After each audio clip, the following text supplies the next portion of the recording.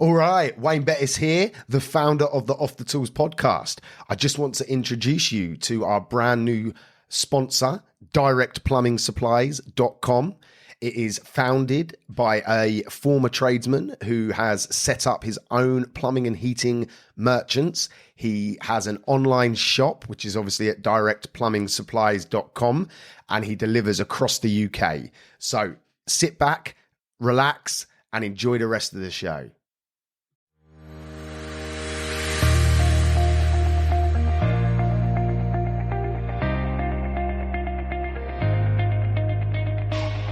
Hello everybody, this is Wayne, and this episode is about not ignoring the warning signs. So some of you may have already read the article I wrote on this, but I thought I would do a podcast just because it's a bit of an easier listen, and if you haven't got time to sort of read the article, you can just put this on and listen. But basically, my van broke down this morning. I was driving along and went to apply the brake, and all of a sudden it went bang and bits of metal flung out. And luckily I was only a few seconds away from the garage that I use. So I managed to limp the van over and get it repaired. But sort of my first reaction was like, oh man, Monday morning always happens on a bad day. Oh, typical, just why has this happened to me, sort of thing.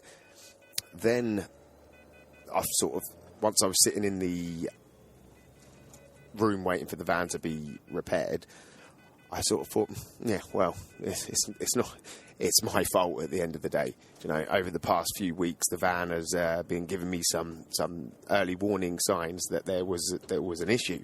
The odd grind here, the odd noise, and I chose to ignore them, thinking, well, just presuming it would get better, or it wasn't anything serious. And then bang, then you have to deal with it. But what I sort of realised is this was a habit that I used to do all the time in a lot of things, not just with my work, with my personal life. There would be clear indicators that something's going wrong, and I would take it upon myself to not do anything about it. And this just reminded me of how I used to be with regards to that. And I think it's a very common thing that people seem to just ignore things and think they're gonna get better miraculously, which they're not gonna. There's lots of with regards to business, there's quite a lot of warning signs that you guys should be keeping an eye out for, because sort of like with anything, if you catch it early enough, you can shift your path and make sure you're trying to resolve them issues. Some of the common sort of early warning signs, I would say, in a business is your income sort of staying quite flat or even decreasing. That's quite a big indicator. Are you struggling each month to meet your bills in your business and in your personal life? Again, that's sort of a very, very big indicator to say, hey, wake up, son, something isn't right. Another one would be, are you having to take on more and more jobs just to stay where you are? Are you working like a dog, every day, but not really getting any further down the line? There's quite a few, are you getting complaints, for example? Again, that's an early warning sign that something is changing. And all of these that I've mentioned so far, if you take the warning signs, take it early. No one's perfect. No one's going to be able to do the best every single day and week after week maintain that high standard. But the key to it is noticing when things aren't how they should be, and then striving to improve them. Another big one would be sort of, do you wake up dreading to go to work? You guys that run your own businesses, that's got to be the worst place to be, and I've been there. And it's bad enough when you dread to go to work when you're working for somebody else, when you're an employee. But when you're waking up dreading going to work and it's your business and you're in control, then that, my friends, is a wake-up call that you have to change some stuff.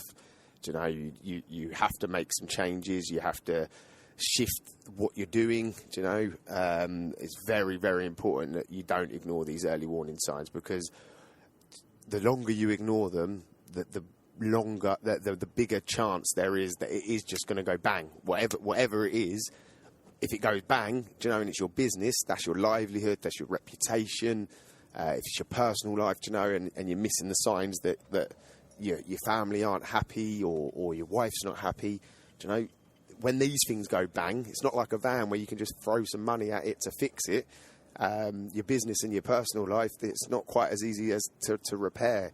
So, this is just a short little podcast on making sure that you guys are conscious enough to see when things are going wrong, and clever enough to make the adjustments that you need at the times when you're noticing it slip. A good method for me to keep me focused, and something that I wish I'd started many, many years ago, is setting goals. When I notice things are starting to slip in whatever aspect of my life, I set myself some goals, basically so I can hold myself accountable. I call they're known in the industry as SMART goals, which stands for sorry, excuse me, I just got a cough. Excuse me. I hope that didn't ruin your ears as I was speaking. So back to it. So SMART goals are the word SMART is basically the first letter of each part of the goal that you need to think about. And S is for specific, M is for measurable, A is for attainable. So there's no point setting a goal to turn over £1 million if it's not an attainable goal, do you know? R is relevant. So why is it relevant that goal is achieved? What's the point of it? Is it relevant to your life and what you want to achieve? And then T is a time focused element to it. Do you know, if you set a goal to earn £100,000, do you know, stick £100,000 a year on it, that gives you a time frame and something to measure it against. I just find that whenever I notice things are slipping, setting goals to me is something that really helps me. I'm even sad enough, if some people call it sad, I call it clever, but some people call it sad, is I have them written down, and I have them in the van, I have them in my office, and I even have a couple on the fridge, which are my bigger, more personal goals. It's just so every day, you know, wherever I am, I'm getting an influx of the goals that I have set myself. Because, like I said, some days you're not on fire, some days are worse than others, but having them goals around you quickly remind you that's what you're trying to achieve. So that's basically it. This was just a nice little short podcast, just myself, Wayne, explaining about the article that I wrote. So I hope this has added some value to you guys. I hope some of you will take on board what I've said and maybe use it in your own life, in your business and in your personal life. And that's it. That's me signing off. This has been Wayne. Cheers.